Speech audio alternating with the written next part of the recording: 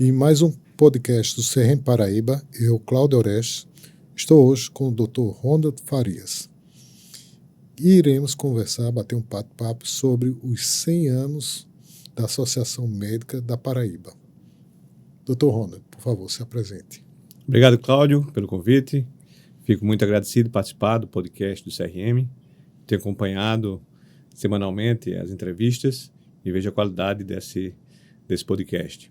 É importante você abrir esse espaço para a Associação Médica da Paraíba. Estamos nesse mês de maio completando 100 anos de existência. Então, é uma data de extrema relevância para qualquer instituição. Ou seja, a gente passa a ser uma instituição centenária. Isso muito nos orgulha. E é um longo percurso, né? E você poderia fazer um breve resumo histórico desses principais pontos alcançados ao longo desses 100 anos? A data inicial de fundação foi em 1924 e, inicialmente, a primeira sede que a Associação Médica teve foi na Rua das Trincheiras, ali em frente à Câmara Municipal dos Vereadores. Então, ela ficou até a década de 90, né?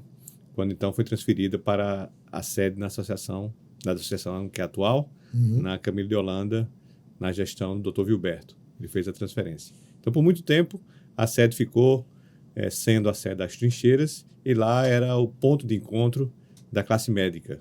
Várias reuniões de médicos, vários congressos foram realizados naquela sede. Para você ter uma ideia, a reunião que idealizou o Conselho Regional de Medicina foi feito dentro da própria Associação Médica. Então a associação antecede bem o tempo ao Conselho, né? Antecede o Conselho. Sim. O Conselho surgiu da Associação Médica. E outro dado também importante, histórico, é que a Faculdade de Medicina também foi gestada dentro da Associação Médica, né? Então foi um celeiro para a classe médica, de uma maneira geral. Né? Foi, a gente disse que é a mãe de todas as instituições. E o sindicato também, por muito tempo... Eu me lembro que o sindicato funcionava embaixo ali, né? Funcionava dentro da Associação Médica. Depois ele ganhou a sede própria, né? E hoje o sindicato está com a estrutura pujante, né? E os três, coincidentemente, eles são próximos fisicamente um do outro, né? Hoje em dia ficou ali o quarteirão da representatividade médica, né? E tem um dado... Que é a Camilo de Holanda. E tem um aspecto interessante, é que a união das entidades também favorece, além do ponto de vista físico, mas também de estratégico, em termos de envergadura e investidura na área médica em defesa do médico, né? As três entidades. Esse é um fato mais recente, de alguns anos para cá. Houve um alinhamento político, no bom sentido, e todas as instituições que representam a classe médica, a Associação Médica, o Conselho Regional de Medicina, o sindicato e também a Academia Paraibana de Medicina, essas 4 instituições, e também com seus irmãos, digamos assim, que a gente pode chamar de irmão também, que é a Sicredi e a Unimed, são irmãos nossos, um no braço da assistência médica, outro no braço empresarial, financeiro. Então, essas 6 instituições que representam a classe médica, elas estão bem unidas e a gente conseguiu, entre as 6, definir o papel de cada uma, né? O conselho na sua função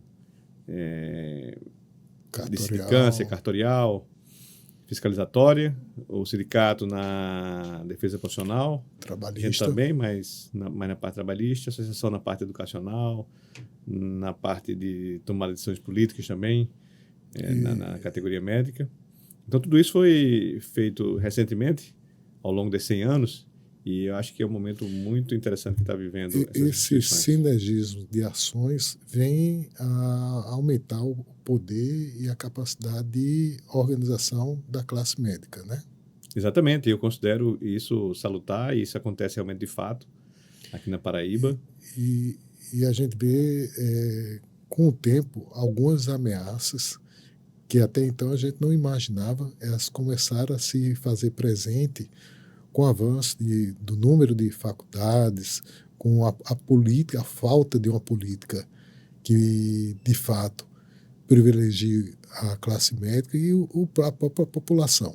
Diante desses aspectos, qual a perspectiva da associação em confrontar essa situação que a gente encontra agora? O primeiro grande desafio enfrentado pela classe médica nos últimos 10 anos foi a proliferação desordenada de faculdades de medicina. A princípio, a ideia foi interessante de aumentar o número de médicos para as áreas mais remotas, só que chegou a situação hoje que já existe a quantidade suficiente de médicos. O que está faltando é uma política de distribuição de médicos nesse grande território brasileiro. Não só de distribuição, mas também de incentivo, né? Que incentivo, a maioria não política, tem garantia, né? Exatamente. Você vai para o interior, para um rincão desse, fica a mercê do gestor local, da boa vontade dele. É muito seguro. Você tem que pensar que você está deslocando uma família, que é um médico, a sua esposa e os filhos dele, para uma localidade remota. Você tem que oferecer também estrutura, né? Educação para os filhos, e toda uma série de outras componentes dessa atratividade. Interessante que eu vi até a questão de aberturas de faculdades em locais que seriam estratégicos para fixar o médico e acabou não fixando. Eu acho que falta uma política de carreira de Estado para o médico que talvez fosse interessante, uma forma de estimular e dar uma certa segurança a esse médico para o deslocamento, não é? Essa foi uma grande falácia também, né, de que colocar uma faculdade no interior ia dar mais condições de o médico ficar no interior. A gente tem um exemplo aqui da cidade de Cajazeiras, que tem duas faculdades de medicina e, com certeza, a quantidade de médicos que existe em Cajazeiras não é a mesma dos egressos dessas duas faculdades. Quando a gente vê um grupo grande de jovens médicos, qual a perspectiva diante do mercado de trabalho e a carreira em si? Eu sempre falo para as pessoas, para os mais jovens, os egressos, os internos que a gente convive, que é de fundamental importância hoje se especializar. Porque o mercado está muito competitivo, ainda existe espaço para médicos generalistas, mas esses espaços vão minguar cada vez diminuindo com o passar do tempo. Então, para competir no mercado de trabalho, não só no mercado privado, mas na própria recolocação nos postos de saúde públicos, tem que ter especialização. E a melhor fonte de especialização ainda é a residência, né? Entretanto, a gente teve uma ameaça, Está tendo agora, está né? tendo uma ameaça, atualmente, né? Que compromete um pouco. Qual o posicionamento seu em relação a essa nova composição do Conselho Nacional de Residência Médica? Durante esse debate, que todos já conhecem, né, a mudança da composição da residência médica, da Comissão de Residência Médica, e eu sempre tive muito contato com a comissão, porque quando eu era presidente da SBN, a gente tinha uma atuação bem marcante na comissão, inclusive a SBN, que é a Sociedade Brasileira de Cirurgia, ela tem uma atuação muito respeitada dentro da comissão. E o modelo de residência médica da SBN é um dos modelos de referência que a comissão usa. Então, eu fico à vontade de falar sobre esse assunto. As pessoas acham e usam isso de forma pejorativa para atacar a classe médica de que nossa manifestação é uma manifestação corporativa. Mas não é. Quando as sociedades de especialidades, quando a associação médica, quando todos os entes que compõem a medicina defendem uma boa residência, uma boa formação para o especialista, a gente está, na verdade, protegendo a população. Porque se você colocar no mercado um mau profissional, um mau especialista, esse mau especialista acaba atingindo as populações mais carentes. A população mais afortunada vai procurar os especialistas do Sírio-Libanês, do Einstein, onde for em cada cidade. Que tem mais recursos. Tem mais recursos. E a população que não tem escolha acaba sendo obrigada a ser atendida pelos menos preparados. Então, sempre essa distorção, quem acaba sofrendo é mais pobre. E também tem a perspectiva para a população que um mau profissional, às vezes, o pessoal generaliza. E isso acaba afetando os bons profissionais, que é a grande maioria, não é? Às vezes Laranja uma podre. laranja podre estraga todo o balaio, né? É. Usando o adágio popular. Então, esse é um ponto importante também, né? Que deve ser definido ao longo do tempo e talvez rever essa questão, né? Vou dar um exemplo, Cláudio. Eu, quando era presidente da sociedade, a nossa residência médica ela tem 5 anos. O primeiro ano, o residente faz em neurologia clínica. E ele só entra na neurocirurgia a partir do segundo ano. Então, a SBN, junto com o MEC, chancela residências pelo Brasil afora.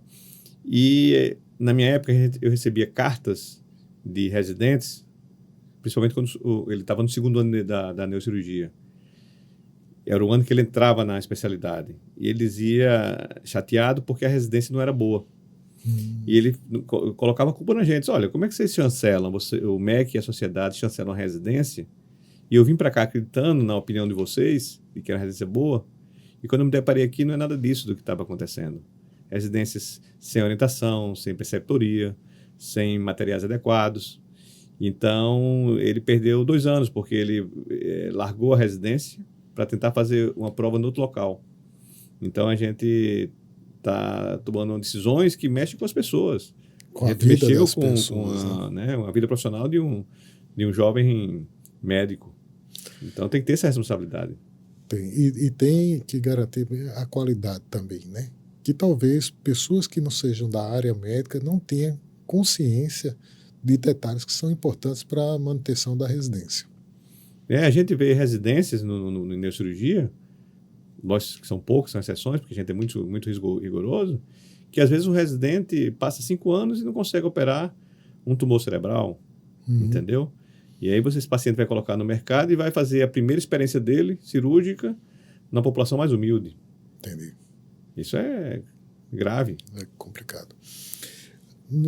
O ano passado tivemos um congresso que foi um sucesso, realizado pela Associação Médica. Foi um resgate muito importante que evidenciou esse papel de educação da Associação Médica. Pretende fazer intercalado cada 2 anos ou ano a ano? Não, a gente vai fazer esse bianual, então a próxima edição é no ano que vem. No ano que vem, 2025. Né? Esse ano a gente vai focar em eventos de especialidades. Estamos até organizando, ver se faz isso integrado com o pessoal de Pernambuco, da Associação Médica de Pernambuco, do Rio Grande do Norte, para a gente fazer encontros regionais por especialidades. E aí a gente vai fazer essa conexão com as faculdades para fornecer também uma educação melhor para os alunos de medicina. Na verdade, a associação agrega diversas sociedades de especialidades, né? Nesse aspecto, quais são as sociedades que vocês têm previsão de fazer trabalhos ou congressos ou atividades em conjunto? A ideia é para todas. Lógico que as sociedades maiores, elas têm muito mais recursos, proatividade, né? Pediatria, que é grande, ginecologia, obstetrícia, Sogopa. A Copesi, que na verdade é uma cooperativa, mas funciona muito como representação junto com o Colégio Brasileiro de Cirurgiões. Então, são as maiores especialidades, mas todas serão contempladas e estamos em contato com todos os representantes para fazer essa grade curricular aí. Houve também uma mudança no prédio, né? Uma reestruturação do prédio, né? E ganhou uma galeria nova de presidentes. E são presidentes que é importante a gente lembrar um pouco deles, né? Poderia destacar alguns, é lógico que não dá para falar de todos, mas tem alguns que são mais presentes ainda, que a gente você poderia fazer algumas colocações sobre eles. Então, na história da Associação Médica, tem presidentes que foram governadores, prefeitos, prefeito aqui em João Pessoa e na Paraíba. Temos vários que passaram por outras instituições, por exemplo, o Dr. João Modesto foi presidente da Associação Médica, Dr. Zé Aimar foi presidente da Associação Médica e também foi presidente do CRM. Dr. Gilberto foi presidente da Associação Médica, foi presidente da Academia. Hoje, de todos os 30 e poucos presidentes, 6 presidentes, nós temos aí 13 vivos e eles foram para a celebração de comemoração. Temos Dr. Ornildo, Dr. Fábio Rocha, doutora Débora, Dr. Otávio, Dr. Silvino Chaves, Dr. Mário Shoa, Dr. Galvani Muribeca, Dr. Pérez Serafim, Dr. Antônio de Pádua. Então, esses aí estavam presentes lá É uma constelação de talentos aí, né? Talentos que todos marcaram e foram nossos professores, a maioria deles, né? Então, isso é importante até ressaltar, como você fez, o resgate histórico de cada um e o processo evolutivo da associação médica. Esse respeito que a gente tem à memória e à história, que você tem que valorizar o passado para pensar no futuro. Uhum. E cada colega, cada presidente, cada diretoria, ela foi lá e colocou o tijolinho nesse grande prédio que é a Associação Médica, né? E que, literalmente falando, esse prédio precisou de reformas, como você citou, e essa reforma foi feita na primeira gestão do mandato, do meu mandato. A gente teve, ao assumir logo de cara, a pandemia. Uhum. Então, a pandemia, a gente ficou carente de recursos financeiros, porque houve uma queda e a gente precisava de agir, de reformar a sede. A sede estava com a estrutura toda danificada pelo tempo. Percebi toda a parte do telhado, da cobertura de madeira estava estragada, com infiltração em tudo que era lugar. E a gente conseguiu recuperar. E hoje está uma sede muito bela lá dentro, uma estrutura muito adequada. E o próximo passo agora é reformar o auditório para a gente receber novamente os eventos. Isso aí é a próxima tarefa a gente fazer agora. Tem alguma perspectiva de fazer encontros com webinar ou educação à distância? Estamos um contrato com uma das empresas, que é a WDCom, para fazer isso aí também. Para aquele jovem médico que está entrando agora no mercado de trabalho, qual a perspectiva de associação com a sociedade? É importante essa mensagem que a gente tem que dar para os jovens egressos, uhum. que a gente tem que andar em grupo, unidos, de mãos dadas, porque as pessoas que andam em grupo, em sociedade, elas tendem a andar na linha, tendem a andar da forma que o grupo majoritário pensa e se comporta. Quando você anda à margem do processo, às vezes você adquire um comportamento à margem também. Então, é importante que as pessoas se associem e tenham esse espírito de associativismo. E tem até uma frase que diz: a pessoa sozinha pode ir mais rápido, mas ela, unida com outras pessoas, vai mais longe, né? Exatamente. E aí é importante passar para as pessoas essa participação da associação médica, que é importante a integração dela nesse quadro, até para dar a ela um certo respaldo, que é, como bem você colocou, a associação é uma instituição centenária e que mostra o quanto ao longo do tempo ela se mostrou vigorosa até hoje, né? Passando por guerras, por pandemia. Exato. A pandemia, sem dúvida, foi difícil e vocês deram uma boa resposta com apoio, com material de EPI, não foi? Foi, a gente conseguiu fazer uma campanha muito, muito boa na pandemia. O prefeito, na época, que era Luciano Cartacho, uhum. Nos convidou, e a Associação Médica, ela capitaneou, foi a comandante do comitê aqui de João Pessoa para combate à Covid-19, junto com o CRM, com o Sindicato dos Médicos, Sindicato dos Enfermeiros, o Conselho Regional de Enfermagem. Então, várias instituições se uniram para ajudar. Conseguimos abrir a UTI no Santa Isabel, mais uma UTI. Convencemos o prefeito a abrir o hospital, o antigo pronto-socorro, né, para atuar na Covid. E arrecadamos muitos mantimentos, alimentos, colchões, EPIs. Então, foi um trabalho muito gratificante. Importante, né? A questão é, o estudante de medicina, ele tem alguma participação? Ele pode ter alguma participação na associação médica? Nós vamos, a partir desse ano agora, estimular as ligas, como eu estava falando com você anteriormente, e justamente para que o aluno já consiga se integrar ao longo da faculdade, já ao sair da faculdade ele já seja admitido na associação médica. E até para ele ter um sócio aspirante. Ter uma visão da perspectiva como médico da importância da associação, né? Não só da associação em si, mas de todo o processo de associativismo médico.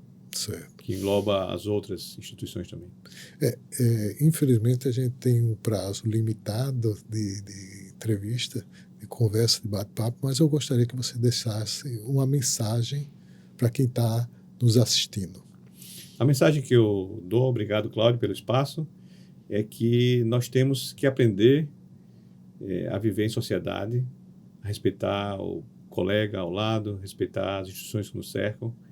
E esse espírito, ele é conseguido quando nós nos filiamos, nós participamos desse grande movimento, que é o movimento da categoria médica. Então, eu convoco todos aqueles colegas médicos a se integrarem nesse movimento, porque são pessoas voluntariosas, como você, como vários outros, que estão defendendo os interesses de todos. E não é só o interesse corporativo, é o interesse da população. Quando a gente defende a boa medicina, a gente não está defendendo apenas o trabalho do médico. A gente está defendendo a boa assistência à população paraibana. E esse é o nosso maior compromisso. Então, fica o convite para todos vocês que estão nos assistindo de associar à Associação Médica. Muito bem. Tá bom? Obrigado, Ronald. Obrigado.